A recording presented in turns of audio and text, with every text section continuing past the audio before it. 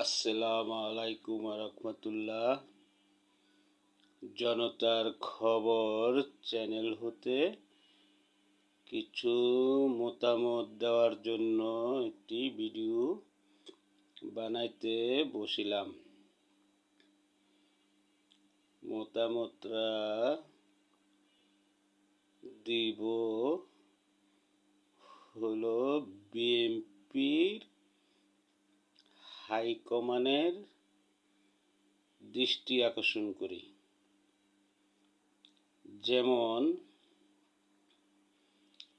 12ই ফেব্রুয়ারির নির্বাচনের আগে বিভিন্ন জায়গায় এমপি নমিনেশন দেওয়ার ক্ষেত্রে কিছু ভুলভ্রান্তি হয়েছে বিধায় এনসিপি এবং জামাত বেশ কিছু সিট পেয়ে গেছে। তো এখন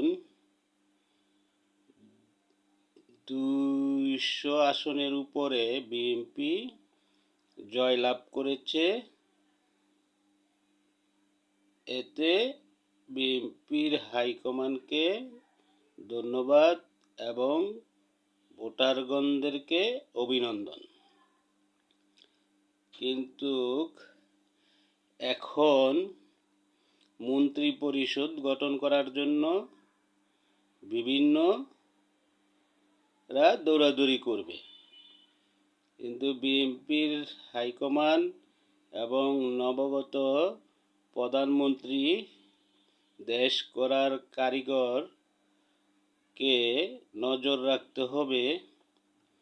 অভিজ্ঞ এবং ভালো লোককে মন্ত্রী পরিষদে জায়গা দেওয়া, ক্যাবিনেটে জায়গা দেওয়া এবং নরসিংদী জেলা থেকে একাধিক মন্ত্রী পরিষদে জায়গা দেওয়া।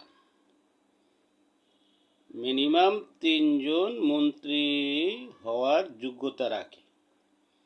আরেকটি অনুরোধ করব, সেটা হলো ব্রাহ্মণবাড়িয়ার 2 আসনের রুমিন ফারহানাকে দলে ভিড়িয়ে তাকে মূল্যায়ন করা।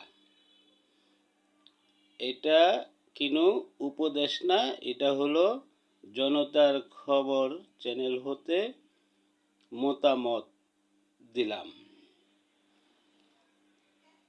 বিষয়টা বিবেচনায় নিলে জনগণ উপকৃত হবে এবং এই ভিডিওটা যারাই দেখবেন এবং দেখতেছেন সবাই লাইক শেয়ার করবেন, সাবস্ক্রাইব করে দিবেন এবং ভিডিওটা যাতে বিএনপির হাইকমান্ডের সামনে পড়ে সেই ব্যবস্থা করে দিবেন। আসসালামু আলাইকুম।